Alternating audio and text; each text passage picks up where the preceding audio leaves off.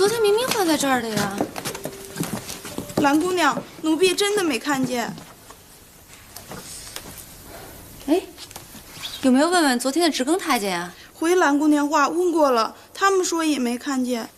真是活见鬼！一个碎镯子谁会要？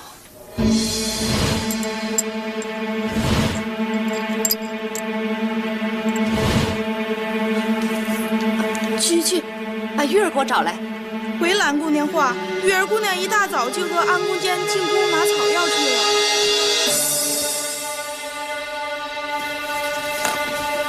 蓝姑娘，与家人会面的时间快到了。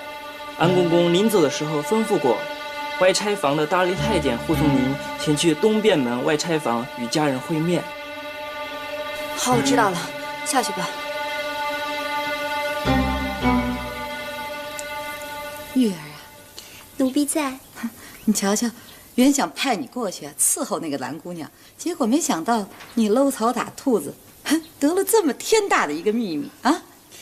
奴婢呀，也不知道有用没有用，就是觉得这个蓝姑娘手上戴的这个镯子刻着柳记2字，就觉得好生奇怪。我想啊，这一定是定情之物。一般这一类的东西都是男方送给女方的定情物。所以啊，今儿个就趁着回来取草药的机会，拿给太佛爷看看，也不知道有用没用。有用，有大用了。回头我告诉知方太监，就为今天这事儿，我得重重的赏你。谢太佛爷。你下去吧，告诉安德兴过来。是。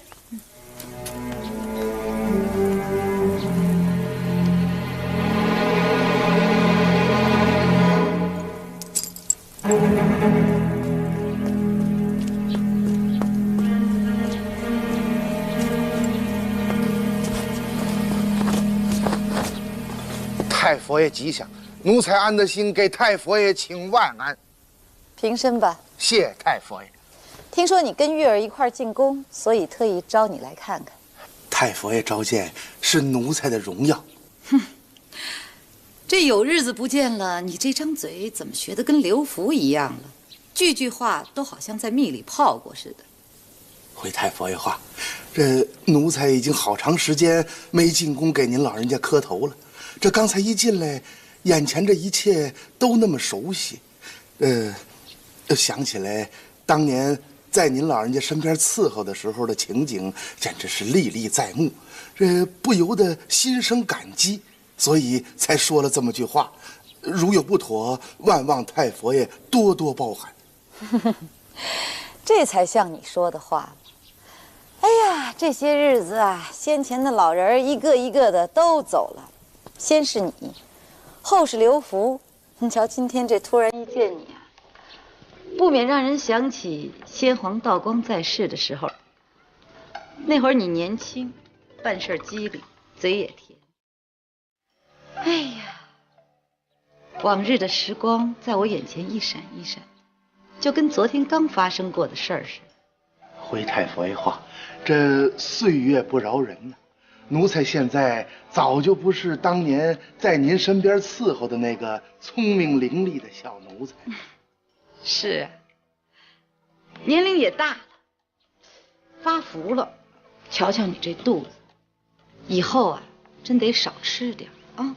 这，回太佛爷话，奴才这肚子是大，可是太佛爷的容颜依旧未改呀，和几年前几乎一模一样。太佛爷真是吉人天相，鸿福齐天呐。行了，还是那样，嘴甜。前些日子刘福来，告诉我你们俩在园子里当差的情景，那边怎么样啊？托太佛爷的福，一切尚好。哎，你现在领衔几品呢？回太佛爷话，奴才没出息，领衔7品。哟，这好多年了吧？也该提提了，怎么才领衔7品呢？回头我跟进士房说说，提你当正6品。奴才谢太佛爷恩典，只是无功受禄，奴才心中有愧。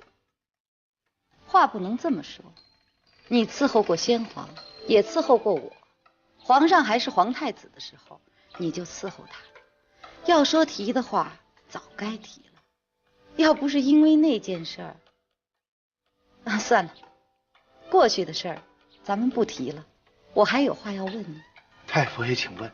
不忙，咱们话说到头了，你可一定要说实话。你不是说了吗？无功不受禄，免得你心里愧了。奴才一定讲实话。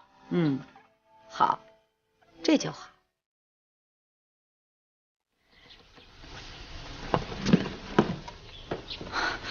额娘，哎呀，姐，姐，你可真好看。兰儿，姐，家里都好吗？好好，你在园子里好，大伙儿都好。那志同呢？钱交去了，是不是王妃就把人放了呢？你还不知道呢。你走第2天，志同就回来了。姐，那些强盗还给了咱家好多钱和礼物呢。是啊，也不知道是怎么回事，怎么一点钱都没要呢？怎么会有这样的事情？有样东西，我想让你看看。这，你帮我啊，辨认辨认。会太佛爷话，这是镯子。是镯子，我是问谁的？会太佛爷话，奴才实在不知。这种东西在嫔妃宫女们手上多有佩戴。看看上面的字儿。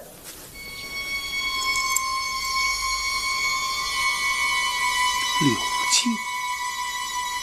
太佛爷，奴才真是糊涂了，实在不知道这镯子是谁戴的。好，那我告诉你，这玉镯就是你从宜妃宫救出来的那个兰姑娘手上佩戴的。奴才有眼无珠，没有注意，还望太佛爷恕罪。不知者不怪，不过真是老天有眼，要不然有人怀了宫外的野种，还让我们皇家一族高兴的欢天喜地，以为她真怀了龙子凤胎呢。太佛爷，奴才听了您的话，这眼皮子直跳。奴才愚笨，还请太佛爷明示。这不明摆着吗？那个兰姑娘怀的呀，根本就不是皇上的子嗣。刚刚一听说兰儿怀了喜，我还跟着傻高兴半天呢。可是仔细一琢磨吧，不对呀！皇上只宠幸了她一次，这就怀上了，这也忒玄乎了吧？再看到这镯子，我心里就明白了大半截了，肯定是这兰姑娘在宫外的时候跟哪个野汉狂徒干了那种苟且之事，怀上的虐胎。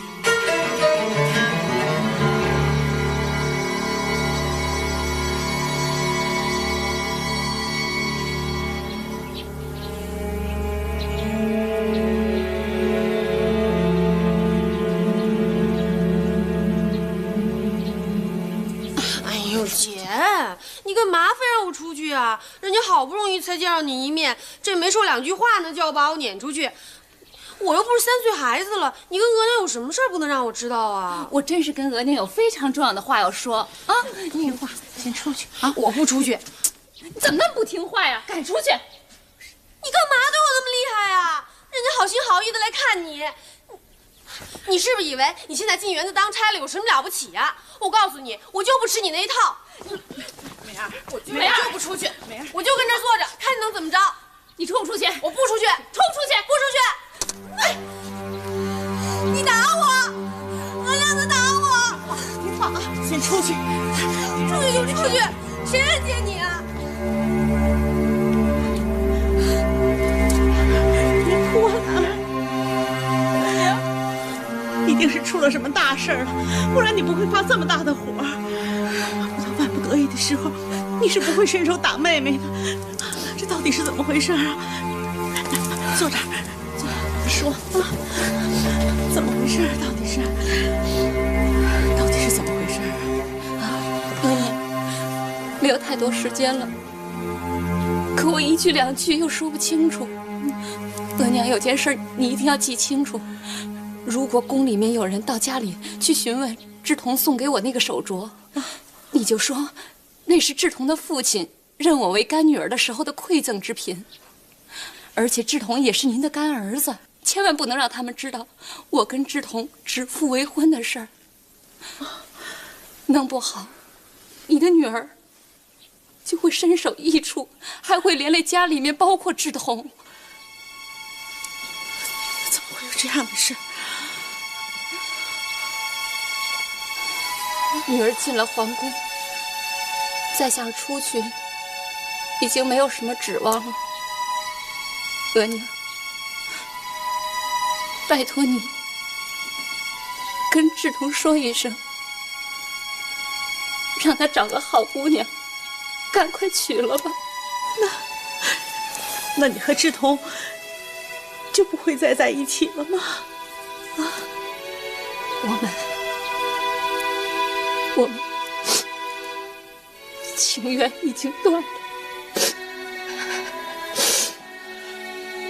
额娘，刚才我一定让梅儿出去，就是想跟您商量。梅儿从小也跟志同玩得不错，能不能让梅儿带我下嫁给志同啊？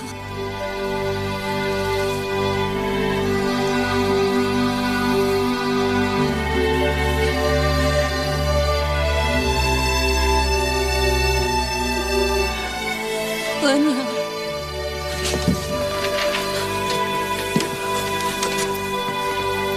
现在只能这样了，额娘。此事事关重大呀，额娘你要切记。额娘，我知道了，你放心吧啊。怎么会有这种事儿啊？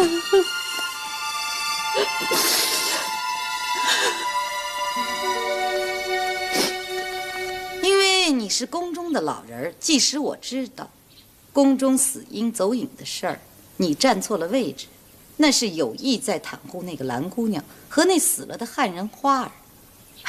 不过这些事儿呢都过去了，咱们既往不咎。我希望你能够将功补过。一会儿，咱们一块儿去圆明园，把这个蓝姑娘这个小贱人怀孕的真相告诉皇上，当面拆穿她。奴才哪边抗热，我想你应该明白了。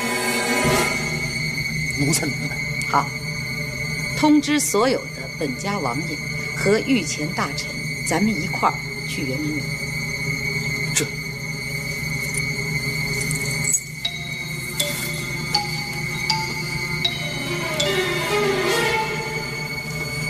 不是两爷，轻点儿！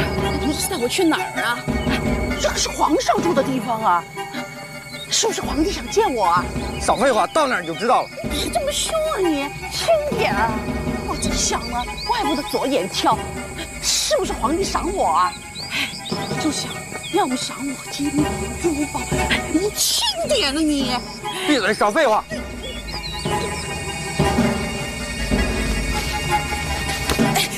热河宜妃宫管事王姑姑叩见皇上，皇上万岁万岁万万岁！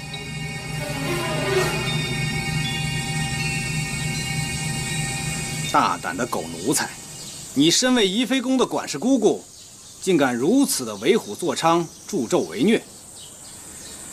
你在宜妃宫的所作所为，还不如实招来啊？你是怎么样恶待蓝姑娘，让她过着猪狗不如的日子的？啊，说！要不是苍天有眼，蓝姑娘肚子里怀着朕的龙子凤胎，早被你整掉了。如此的大逆不道、胆大妄为，该当何罪啊？来人，这先张嘴！皇上饶命！皇上饶命啊！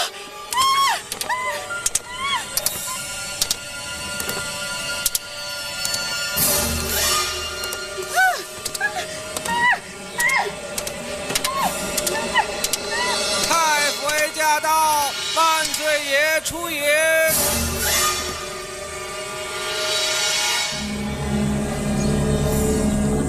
奴才该死，奴才该死，奴才该死，奴才该死！皇上饶命啊！儿臣给皇娘请安。皇娘，儿臣不知皇娘大驾光临，有失远迎，还望皇娘恕罪。没关系，皇上请。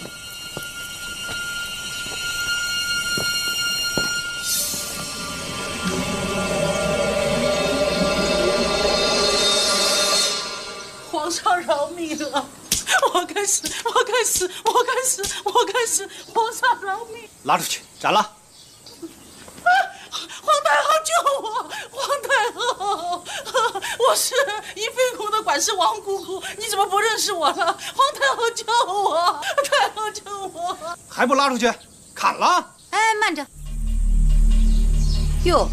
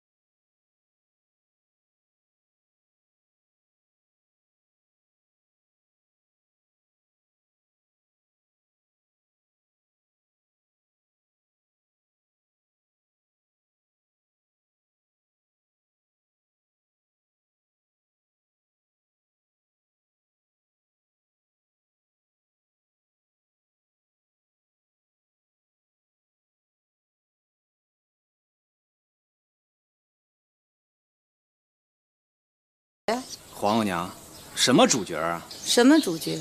皇上应该明白，就是海晏堂的宫女兰姑娘啊。她不是怀了皇上的子嗣了吗？哎，她怎么没来呀？皇额娘，传她干什么呀？她现在怀着朕的子嗣呢，应该躲躲清静才是啊。哼，她想躲清静就行了。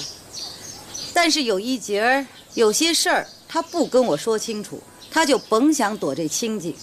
来人呐，传兰姑娘。皇额娘，兰姑娘正在外差房与家人相聚呢，儿臣以为如果有话，还是留着日后再说吧。那正好啊，把她的家人也一块儿传来，我正好有话要问他们。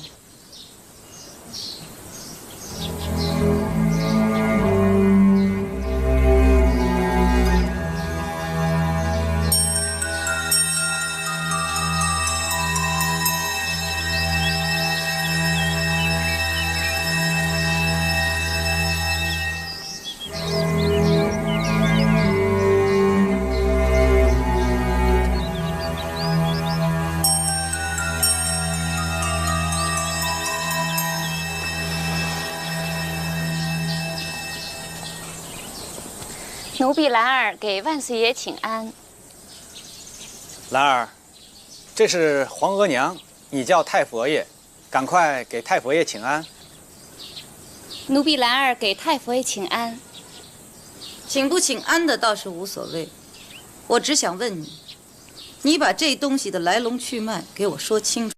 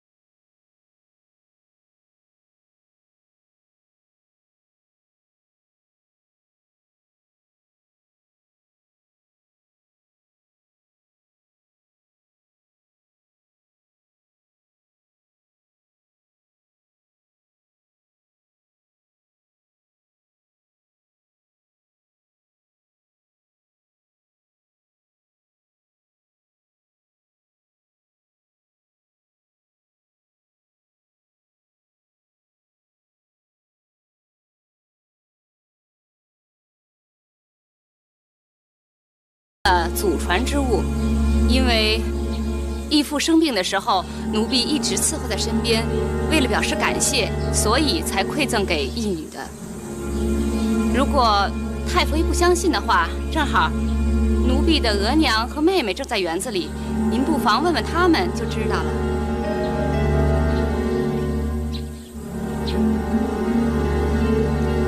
来人，传兰姑娘家人。好了，不必传了，也不必问了。兰姑娘不是说她正在与家人相会吗？那她一定是跟她的家人串通好了，说这镯子是她义父送的，问她还有什么必要啊？行了，镯子的事儿先搁下吧。不过有句话我还是要问你，兰姑娘，你怀的是皇上的血脉吗？当着这么多的本家王爷还有御前大臣的面，我也不怕家丑外扬。皇上大婚至今，只得了一个格格，这么多的嫔妃、宫女儿受到皇上的宠幸都没有喜，而你只得皇上一夜宠幸，就暗结珠胎。这事儿我信，这些本家王爷、御前大臣们也不信呢。你们说是不是？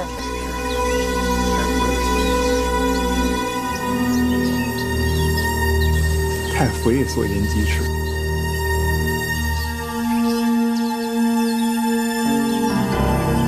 皇上，毫无疑问，这个兰姑娘怀的根本就不是你的血脉，而是在她进宫以前就已经有了身孕了。她是想借着皇上一夜宠幸之际，以怀孕有子邀功，瞒天过海，坏我大清的血脉，毁我大。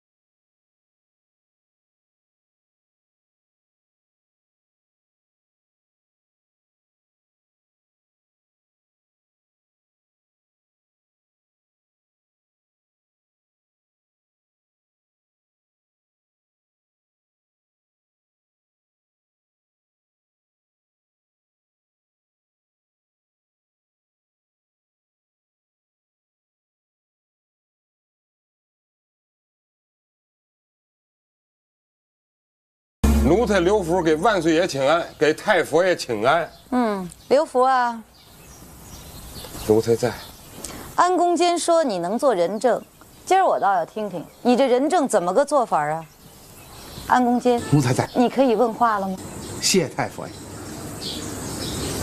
刘总管，调查园中死婴走影一事的时候，咱们俩人在一块儿，您还记得吗？有这么回事儿？那好，那天动刑之前，您让牙婆验过了蓝姑娘和灵美姑娘的身子，有这么回事吧？啊，有这回事。是。那刘总管，就请您当着皇上、太佛爷、各位本家王爷还有御前大臣的面儿，把那天牙婆验身的结果跟大伙儿说说。回皇上。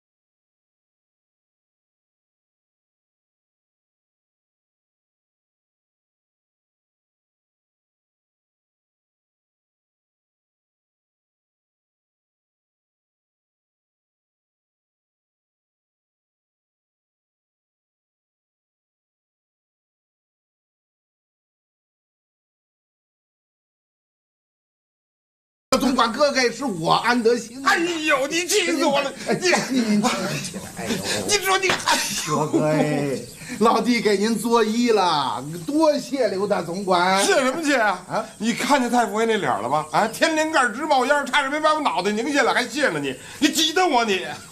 刘总管，我这也是替万岁爷谢谢您呐。您想啊，要不是您今儿这一句话，那皇家的血脉就断了根儿了。所以我这谢您，那您这一句话，那就是保住了大清朝的万年基业呀！我岂有不谢之理乎？你说今儿个他妈理乎呢你？呼个屁呀你呼！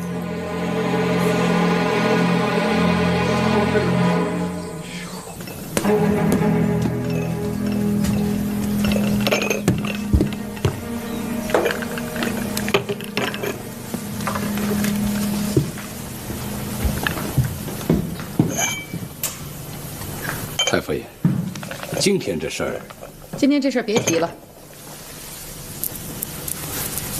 太佛爷，皇上要封蓝姑娘为贵人。封蓝姑娘，下册子了？正是。刚才皇上把微臣叫了去，下了手谕。这事儿，宗人府不能不办。他凭什么册封这蓝姑娘？啊，后宫的事儿由我主管。你们也不问问我就下册子，这惠亲王也是越老越糊涂了。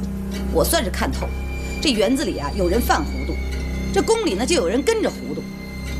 你也是聪明一世糊涂一时，你作为宗人府的副宗令，就应该阻拦着他们，不要让他们下册子。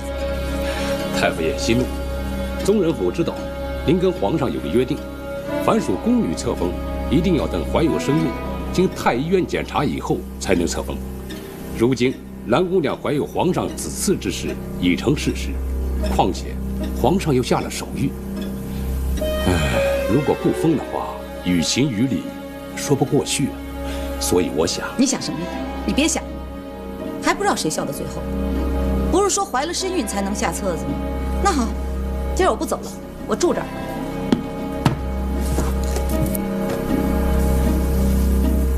难道太佛爷有什么更好的办法？传旨房说我今儿住这儿了。太高兴了，朕今天是太高兴了。今天正大光明殿上，皇娘那通话把朕吓得一身的冷汗，太惊险了。不过现在全都过去了，哈哈。想想刘福那样，把皇娘吓得脸色发白。我听说皇娘在离开正大光明殿的时候，狠狠地打了刘福一嘴巴。刘福自己也跪在回廊上，使劲地抽自己大嘴巴，啪啪啪啪，太痛快了，太解恨了。哎呀，如果朕要在他们身边的话，朕也会补上2巴掌，对，再踢2脚，我就踢。方解朕的心头之怒。兰儿，兰儿，你怎么了？你好像有点不高兴啊。皇上，奴婢以为，刚刚是奴婢与皇上生死攸关的时刻，眼见着奴婢就会被乱棍打死。太佛爷不过前脚刚走，皇上这会儿就可以像儿戏一般的说笑了。我想问问，朝廷是不是就是这样，毫无人情，毫无人性？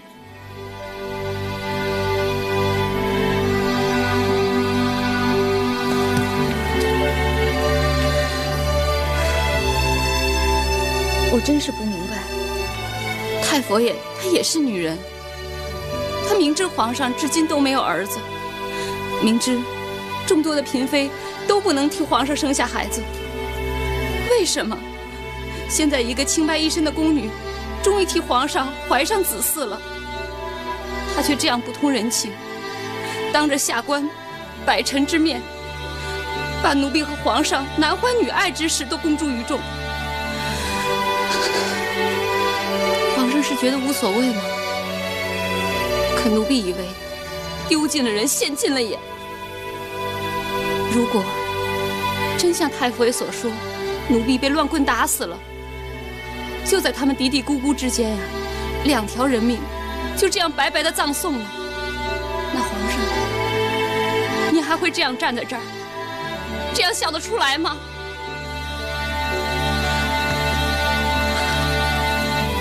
早知道，朝廷上下，包括皇上在内，都是可以胡乱猜疑、草菅人命、杀人都不眨眼的。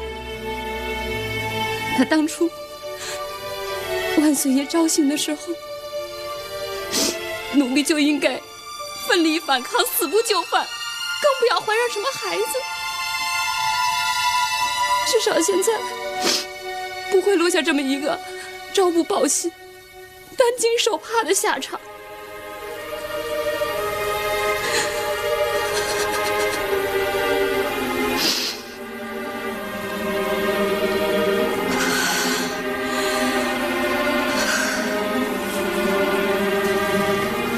算了，奴婢不想多说了。皇上，奴婢告退。兰儿，今天晚上就留在寝宫吧，陪朕同床共枕。皇上，为了奴婢肚子里的孩子，还望皇上能守身禁欲。一旦伤害了胎儿，不仅仅是我兰儿一个人的痛苦，更是大清国列祖列宗的痛苦。皇上如果实在睡不着，不妨想想兰儿这番话。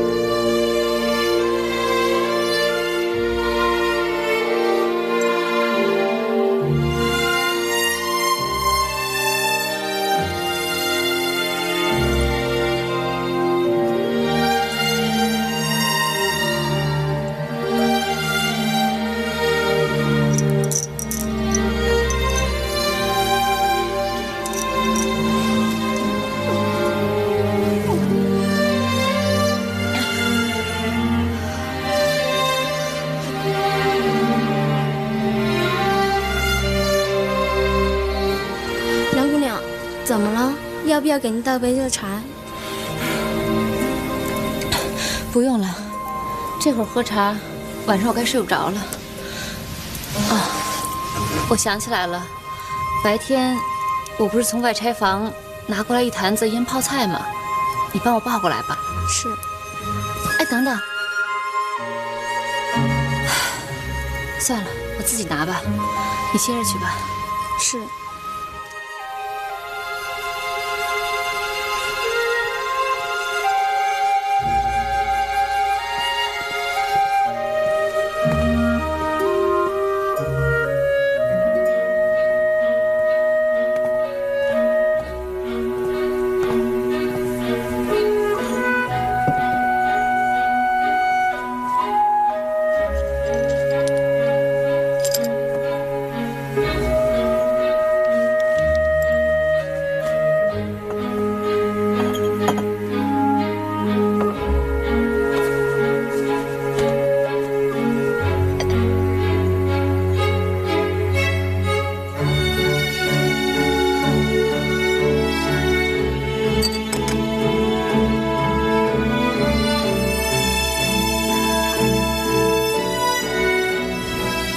志同让我告诉你，他说你是为了救他才进园子里当差的，所有的错都是他的。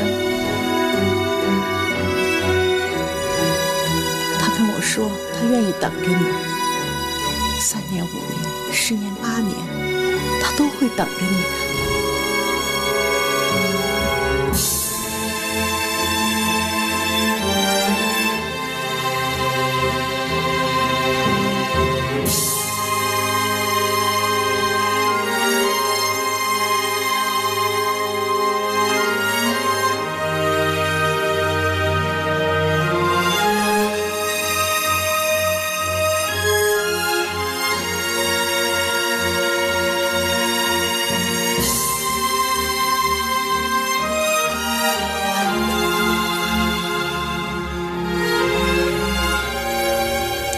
干娘，你刚才所说的，真的是兰儿的意思？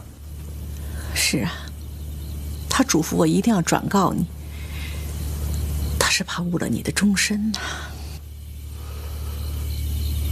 宫女当差，也总有个时限吧？我想，最多不过就几年的光景吧。天有不测风云，万一他进去不是3年5年怎么办？万一他进宫以后身不由己，再也出不来怎么办？如果真是那样，不光兰儿对不住你，我这当娘的心里也过意不去。志同，虽说你不是我的亲儿子，可娘是看着你长大的，你也是娘心上的一块肉啊！我不能因为兰儿进了宫，再耽误了你的终身。志同，你们家是独子单传，俗话说不孝有三，无后为大。你还是再找一个好姑娘娶了算了啊！要不然，就照兰儿说的，让她妹妹替她嫁给你。干娘，我跟兰儿可是青梅竹马，在她未进宫之前，我们虽未海誓山盟，但却也说过今生今世不离不弃。我已经想过了，我一定会等到兰儿出宫的那一天。志同，你听我说。干娘，你不用再劝我了。志同主意已定，今生今世非兰儿不娶。志同的真心，苍天可见。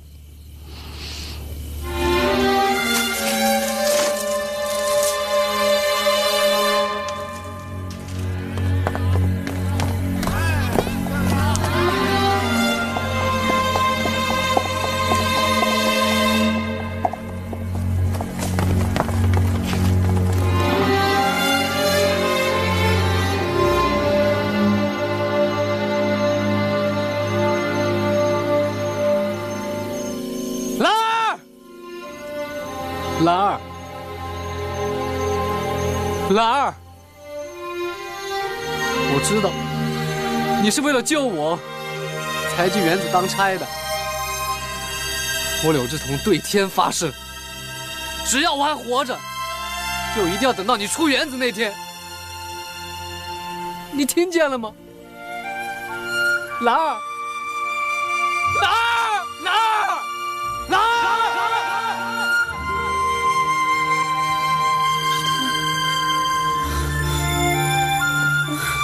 志彤，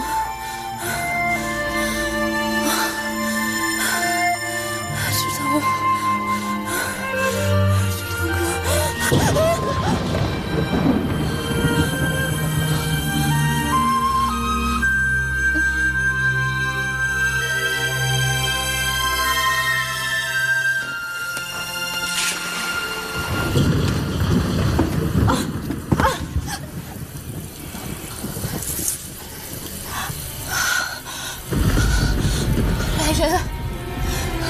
来人呐！来人！兰姑娘，兰姑娘，怎么了？快去叫皇上！是，快！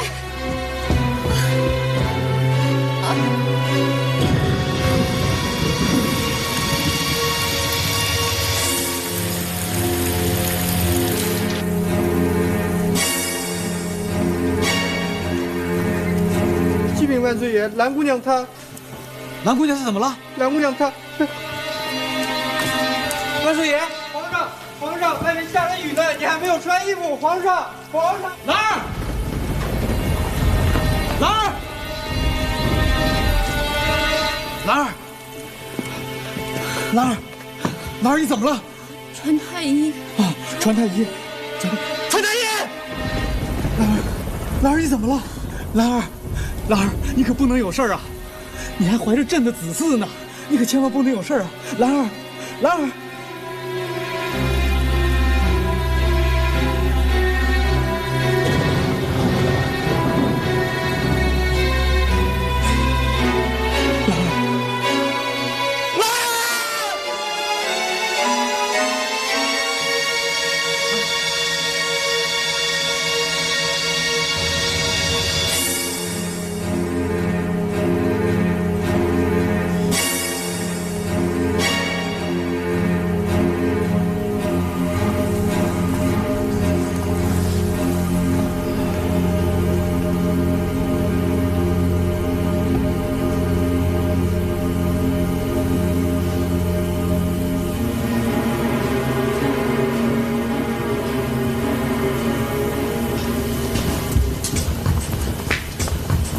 启禀万岁爷，讲。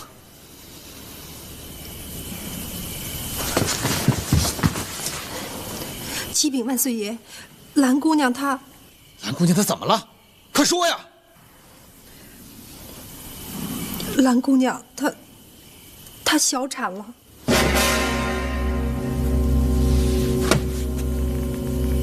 小产了？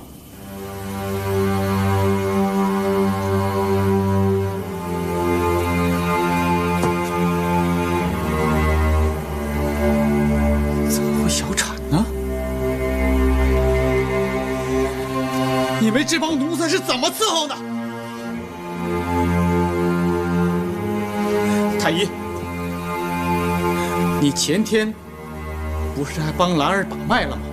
你不是跟朕说兰儿的身体健康，母子平安，一切很好吗？怎么会小产了呢？奴才回万岁爷话，昨日把脉，脉象的确如此。今日兰姑娘小产之事，我想事出有因，这其中一定有诈。有诈！这是九州清晏，朕的寝宫，你说能有什么诈？万岁爷赎罪，奴才以为弄不好一定是兰姑娘吃了些不该吃的东西，或者其他孕妇禁忌之物。禁忌之物？禁忌之物？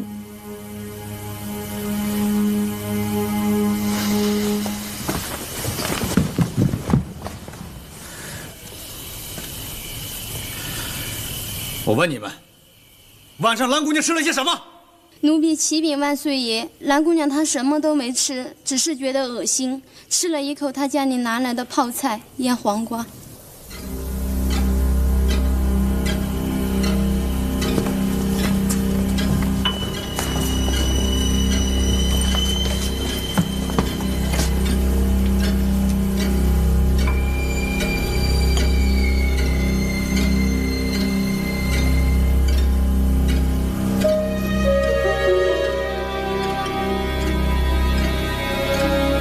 泡菜，怎么可能让蓝姑娘小产呢？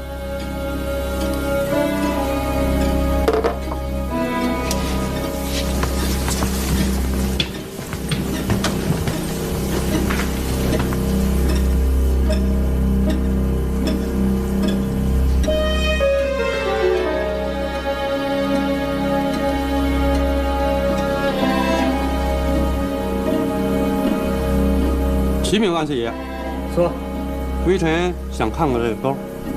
看吧。启禀万岁爷，这香包里有麝香。什么意思？启禀万岁爷，麝香乃大良之物，是孕妇之大忌，一旦闻了，10有8九是会小产的。即使是即将足月的胎儿，一旦孕妇闻了麝香，也会造成畸形。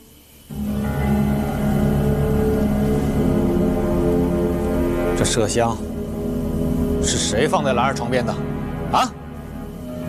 今天你们给我说清楚，如果说不清楚，我全给你们斩了！奴才实在不知道香郎怎么在蓝姑娘的床边。万岁饶命！万岁饶命！万岁饶命！万岁饶命！拉出去，全给我砍了！万岁饶命！万岁饶命！皇上，皇上，兰儿，你醒了。不要怪罪他们。我知道，这个香袋是谁放在这儿的。你告诉朕，是谁把这个香袋放在你这儿的？朕一定会杀了他。皇上顶多能杀这些无辜的人，真正的罪魁祸首，您是杀不了的。兰儿，你就告诉朕吧。皇上，还记得那个小玉吗？小玉。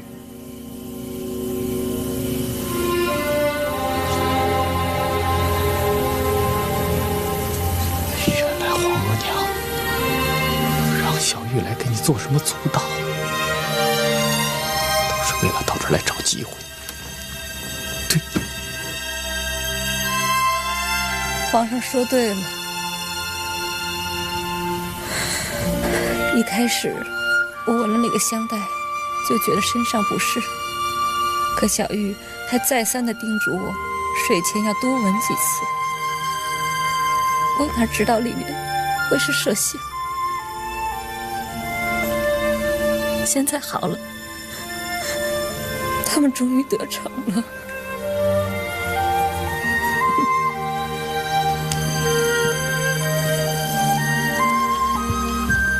启禀万岁爷，启禀兰姑娘，这就是姑娘身上掉下来的骨肉。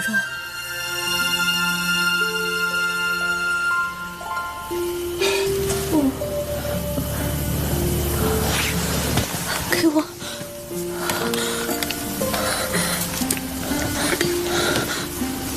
你们先下去吧。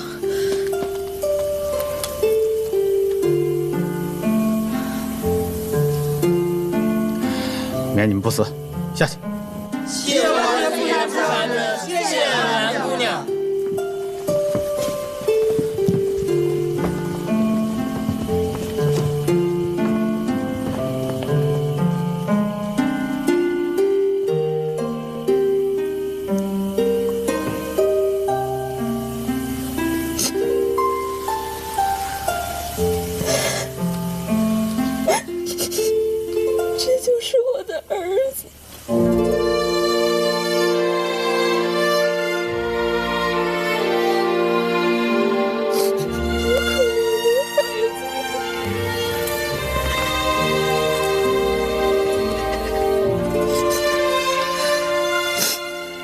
他们不可告人的秘密，他们竟然这么丧尽天良，这么弱小的生命，他们都不放过。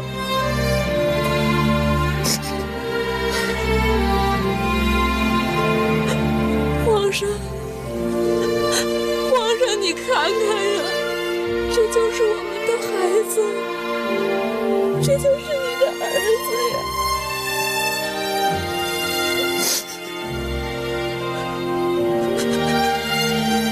就是你的皇额娘，对她做皇上养子的关心，这就是你的皇额娘对奴婢怀着大清国子嗣的关怀。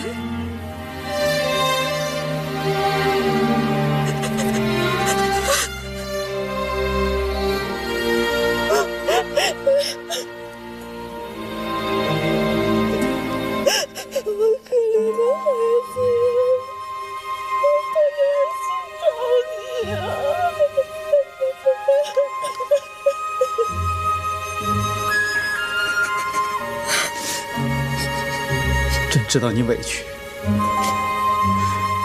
你有什么委屈，你就说出来吧。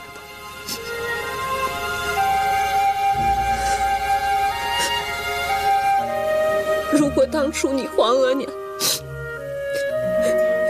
让小玉君园子伺候我的时候，你能够一口回绝，就不会有今天的事情了。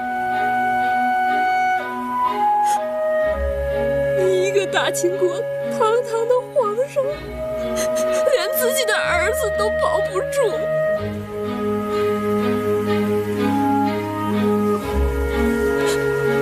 我没法对你的孩子去解释，你和他解释，你和他解释去啊！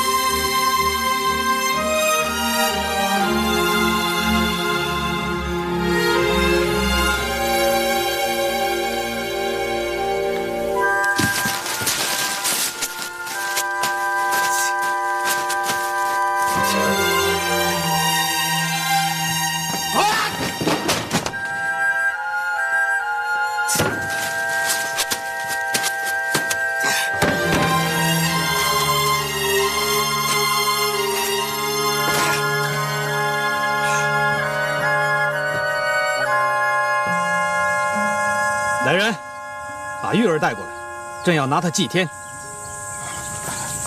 启禀皇上，太傅爷知道了，造成兰姑娘流产之事，是玉儿带麝香进去的，所以已命奴才将玉儿处死，她的尸体就在总管之房。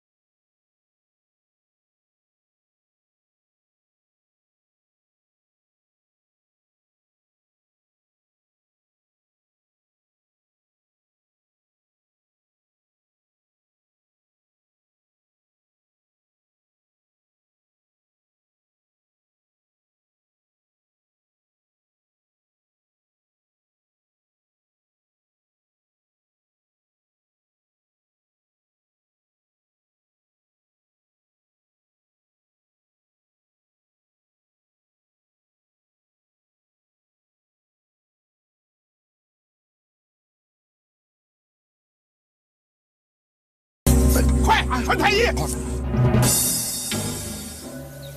皇上，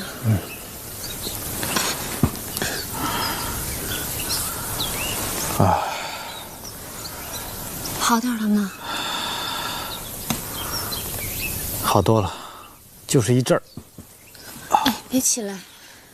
现在朕觉着清醒多了。兰儿，朕想过了，你去收拾一下，后天一早，朕要带你去见太佛爷，让他答应你册封的事儿。那万一太妃不同意呢？如果他不同意，那朕这个大清国的皇帝也就白当了。到时候不是鱼死就是网破，对谁都没好处。兰儿，不管怎么说，他也不该打掉你肚子里的孩子。这不是一般的为母不仁、为父不义，按律当诛九族。可是她是先皇的贵妃，是朕的长辈，朕拿她也没什么好办法。朕明明知道她要害朕的女人，害朕的孩子，可是朕也只能是揣着明白说糊涂。皇娘对付朕，这只是个开始，以后还不知道会发生什么事情。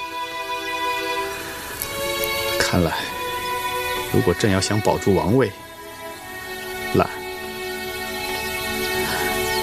就只能靠你给朕生个儿子了。对了，兰儿，你看，朕今天的这个主意妥不妥当？啊？什么？就是后天一早，朕带你去面见太佛爷，让皇娘亲自册封你是。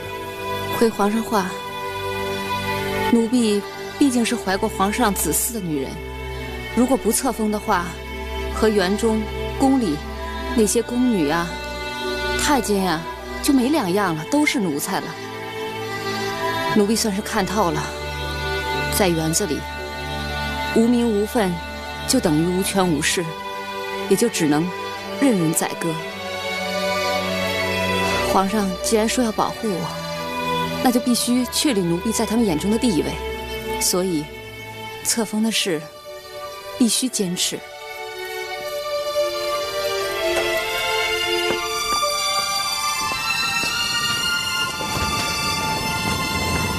奴才安德心给皇上请安。免礼。谢皇上。后天一早，朕要带兰儿去慈宁宫给皇娘请安，你去速备些礼品。册封兰贵人一事事关重大，一定要让皇娘高兴，所以礼品上你要多下些功夫。奴才这就去办。启禀万岁爷，奴才有句话不知当讲不当讲。你说，这册封兰贵人的事儿，万岁爷是不是稍微着急了点？这不明摆着吗？太佛爷对兰姑娘有喜，早就恨之入骨。现在这孩子没了，奴才以为太佛爷他们一时半会儿还不会对兰姑娘有所动作。如果这时候就急着提什么册封的事儿，奴才怕再跟太佛爷结怨，所以奴才以为这一次最好皇上一个人先到慈宁宫请安，探探太佛爷的口风，然后再……朕已经册封了兰儿，宗人府也下了册子，难道你想让朕收回手谕，册封作废不成？朕主意已定，不要再说了。这，奴才遵旨。启禀皇上，是否明天就启程回宫？废话，明日不走，后天一早怎么在慈宁宫叩头啊？你糊涂了？回皇上话，奴才的意思是，回到宫里，这兰姑娘住在哪儿啊？兰姑娘现在尚未册封，宫里没她住的地方。这倒也是。算了，兰姑娘明晚就同朕一起住在养心殿。启禀皇上，这可万万不可。为什么？怎么事儿一到朕这儿总是不可不可？奴才不敢，万岁爷息怒。奴才只是想提醒万岁爷，兰姑娘刚刚小产，身体虚弱，奴才怕她受不了再大的伤害。奴才这完全是为兰姑娘和万岁爷着想啊！这都哪年的皇历了？先皇乾隆爷整天跟后宫的女人待在养心殿，还喝酒唱曲呢。有哪个人敢说个不字儿？怎么一到朕这儿什么都不行了？兰姑娘进宫没地方住，跟朕在养心殿住一夜，都要被你们嚼舌头说三道四。启禀皇上，按照祖宗规矩，除了皇后之外，后宫的任何嫔妃贵人，无论白天黑夜，都不得待在养心殿，以避免后宫参政之嫌。万岁爷想让兰姑娘在养心殿过夜，这可就是犯了大忌。要是让太佛爷抓住了把柄，恐怕又会生出什么事端来。因此，奴才以为……行了，不要再说了。朕主意已定，兰儿随朕只住一晚，早上叩了头，下午就回园子，不会有事的。进园子的时间虽然短，但兰儿已经清楚地意识到，要想在这个偌大的皇家园林里保护住自己，只有拿到册封的名分，也就是像他说的，只有有权有势才可能不被欺负。原本他并没有意识到，在自己的潜质当中有着极强的占有欲和统治欲。而由于进园以来屡遭磨难与皮肉之苦，仇恨的种子也深深地扎根在了他的心里。兰儿心里暗暗发誓，既然做了皇帝的女人，那么她一定要拥有一切，一定要成为人上人，即使皇上也要敬他3分。凤在前，龙在后，凤在上，龙在下的想法，已在他的内心深处根深蒂固。他自语，自己有足够的心计勇气战胜任何对手，达到自己的目的。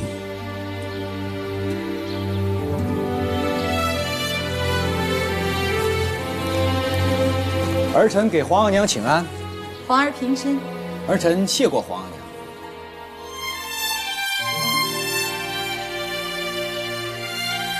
娘。奴婢给太佛爷请万安，给皇后主子请大安。哟，瞧瞧，这身衣裳可真是漂亮啊！哼，怪不得皇上这么急着要册封呢。我看看，嘿，还真是一个漂亮丫头，哪儿都好。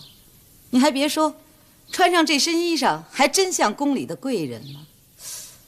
只是这头上戴了朵兰花，可又回到乡野村姑的样了，抬不上桌面。你们说呢？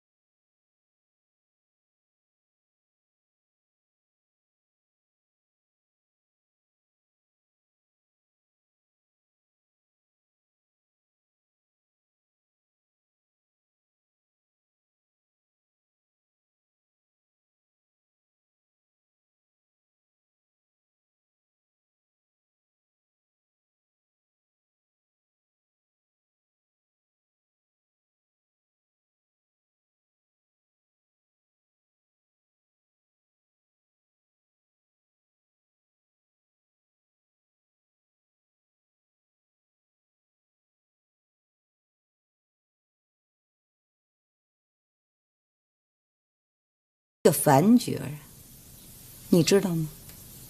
你触犯了宫中大忌。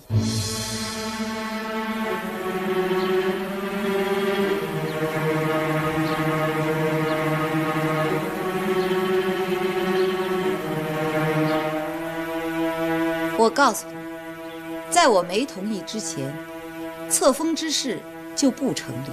你还不是贵人。你现在就穿上这贵人的衣裳算什么呀？难道你想在这些皇后嫔妃面前故意给我难堪吗？回太佛爷话，奴婢不敢。实在是奴婢不懂宫中规矩，宫女给奴婢穿了什么，奴婢也就穿了。而且这套衣服是皇上，啊不，是万岁爷亲自为奴婢选的。万岁爷同意奴婢穿，奴婢想，应该就不算犯了宫中大忌吧。哼，哈，好一口伶牙俐齿！你瞧瞧我这刚说了一句，你就这一大堆的，一股脑的都推到我皇儿身上。行了，穿了衣裳也就罢了，咱不提这事儿了啊。我问你，昨天晚上你从圆明园过来，住哪儿了？回太佛爷话，宫中奴婢是第一次来，人生地不熟，实在不知，只是听万岁爷讲过一句，好像是养心殿。你知道我们大清国的组织规矩吗？皇娘，兰姑娘现在还没有名分呢，她在宫中没有住的地方，是儿臣自作了主张，让她陪儿臣在养心殿暂住了一晚。暂住一晚。我想今天在这儿的人都明白，养心殿那是皇上专门处理政务的地方，除了皇后以外，任何后宫的嫔妃贵人，白天黑夜都禁止出入的。兰姑娘，你现在还是一个宫女，居然敢在养心殿住了一个晚上，这不明摆着拿我大清的礼法于不顾吗？安德熙，奴才在。你这九州清念的宫监首领是怎么当的？难道你拿这些后宫嫔妃随便出入养心殿当儿戏吗？你活得是不是不耐烦了？太佛爷息怒，奴才罪该万死，奴才一时疏忽忘了提醒，还请太佛爷恕罪，奴才替兰姑娘给您叩头了。皇额娘，儿臣已经下了手谕，册封兰儿为贵人了。儿臣想，宗人府的册子恐怕已经在您的……这不是还没磕头呢吗？没磕头，就不能算作正式册封。即使是正式册封了，他也不过是个贵人。难道贵人就可以在养心殿留宿吗？我想连皇后也没这资格吧。儿臣错了，请皇额娘海涵。既然你执意要册封这个兰姑娘，我也不拦着你，免得让你觉着我要坏你什么大事儿似的。不过她坏了祖宗规矩，我应当处罚她吧。皇上，你没意见吧？皇额娘，由于时间匆忙，儿臣来不及安排兰儿，是儿臣让她在养心殿陪儿臣过了一夜。如果有错，错在儿臣，儿臣甘愿受罚。你倒挺护着她的。皇额娘，儿臣知错了。好吧，既然皇上都开口了，那我就得给这面子。儿臣谢过皇额娘。兰姑娘啊，按照祖宗的规矩，白天进入养心殿的嫔妃是要被乱棍打死。看在皇上的面子上，念你是初犯，就从轻罚落了，死罪就免了，可是活罪难逃，是吧？来人呐，拉出去打40大板。启禀太佛爷，此事是奴才安排不当，要罚您就罚奴才吧。兰姑娘初进宫中，不懂规矩礼法，再则兰姑娘刚刚小产，身体虚弱，绝不可动此大刑。奴才甘愿替兰姑娘受此40大板，还请太佛爷开恩，饶过兰姑娘。住口！安德熙，你以为我完了？我没完。前2天刚提了你正6品。你嘴上说的好听，感恩戴德的，谢过太佛爷恩典，谢过太佛爷恩典。可是你骨子里面吃着碗里的，看着锅里的，什么好事都让你占了啊！启禀太佛爷，奴婢犯的错，奴婢愿一人承担，甘愿受家法处置。只是奴婢想知道，有关册封之事，今日是否还成立？册封？磕过头就算正式册封的，哪儿那么容易呀？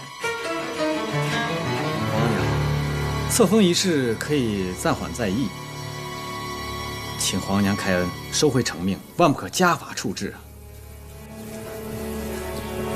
启禀太佛爷，你干嘛？这儿有你什么事儿啊？你贵为皇后，难道你也要给她求情吗？回禀太佛爷，正是。我全听清楚了，兰姑娘初来乍到，不懂宫中规矩礼法。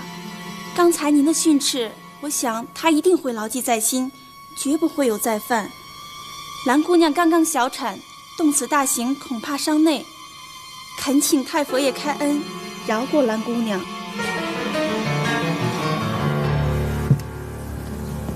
太佛爷开恩，饶过兰姑娘。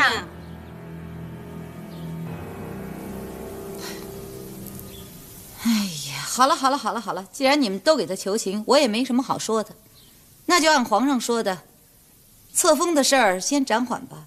皇上，给宗人府下一个手谕，暂缓。你觉得这事儿处理的算圆满吗？儿臣。好了，就这么定了，你们跪安吧。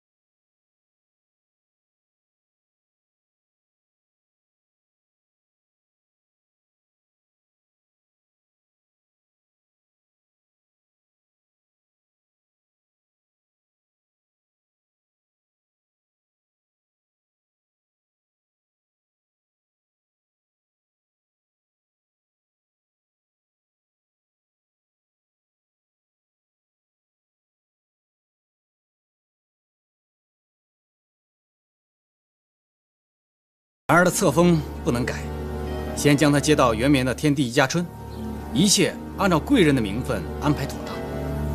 好，岂有此理！真是岂有此理！那天皇上都答应我了，册封之事暂缓在议，怎么突然这就又变卦了？也怪我心慈手软，那天他住养心殿的时候，我就应该行家法，乱棍将他打死。现在也就没有什么册封不册封的事儿。太佛爷，微臣有句话，不知当讲不当讲。少绕圈子，说。谢太佛爷。微臣心里边一直在琢磨一件事。既然皇上执意要封他，我想太佛爷还是应了皇上，您就做个顺水人情也无大碍啊。不成，他封他的，我撤我的，反正我不能让这个叫兰儿的姑娘住进我皇宫大内。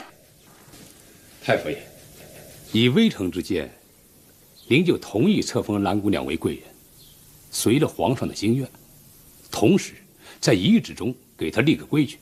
立个规矩？哼，先前皇上跟我立的规矩多了，他听吗？太傅爷，先前所立的规矩乃是口说无凭之举，而现在不是，白纸黑字，不怕到时候皇上不遵守。那你倒说说看，怎么个立法啊？太傅爷，以微臣之见，您就以后宫主管身份下一道遗旨，就说以皇上子嗣为大作为理由，饶了兰儿私留养心殿之过，正式册封，将功补过。如果兰儿1年内怀有皇上子嗣的话，就加封贵妃；相反，1年内没有身孕，立即册封。哎呀，这主意听着好像还不错哈。可是那兰姑娘要真是在这1年之内怀上了呢？太傅爷，这种事情再也不会发生。为什么？您下令将兰儿送至宜妃宫当差，皇上是忧心疑虑，大病一场。这宫中众多太医均为皇上看过病历，微臣在太医那儿连蒙带唬的，总算得到了点不为人知的秘密。秘密？什么秘密？皇上下身有病，根本就不能生儿育女。不会吧？这事儿不大可能吧？不是先前那个兰儿姑娘不是怀上过吗？那是过去，现在想都别想。太医说了，皇上身上这个病啊，属于疑难杂症。哦，哎呦，那可一定得拿到皇上得了这种病的证据，最好是太医院的医生开的处方。太医给皇上看病，都是当着皇上的面开的处方，另差人拿着处方去抓药，抓完药以后，这个方子必须交给皇上自己保管。恐怕想拿到处方很难呐。哎呀，就是因为难，才让你想办法嘛。一旦拿到了处方，证明皇上下身确实有病，那就是证据，不怕他不立大纲。太傅爷，以微臣之见，您就正式下遗旨，册封兰姑娘为贵人。此举一出，皇上自然就不会多想。到那个时候，微臣办起事来就更加容易。老七啊，你真是个鬼东西！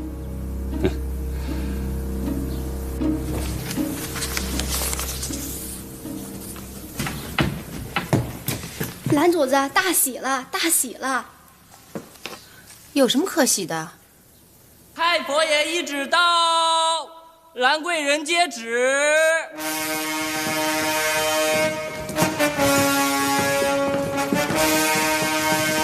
兰贵人接旨。奴婢接旨。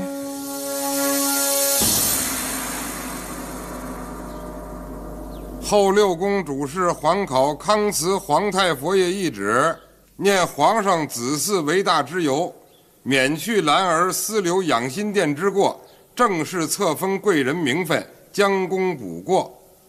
兰贵人如1年内怀上皇家骨肉，加封贵妃；反则1年内如无怀身孕，贵人名分立即册封，贬入宜妃宫。谢太佛爷恩典。兰贵人，奴才刘福先给您道个喜，您瞧瞧，这是太佛爷让刘福送过来的礼物。谢谢太佛爷，谢谢大总管。大总管，这是……哦，兰贵人，原先在园子里头，奴才多有得罪，请您海涵。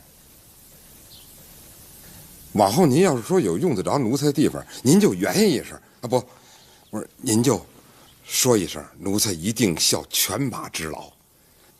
您大人有大量，奴才刘福给您磕头了。这是做什么呀？以前的事儿啊，不怨你，那不是公务吗？算我倒霉，遇见了死孩子走眼的事儿。哎呦，快起来吧！哎，奴才刘福，谢兰贵人。我不会怨恨您的，日后还要靠着大总管多多照应呢。奴才不敢。我是新来的，初来乍到，不懂规矩，将来有什么事儿，您就多多指点吧。奴才一定尽心尽力，效忠兰贵人。兰贵人，那奴才就先退下了。嗯。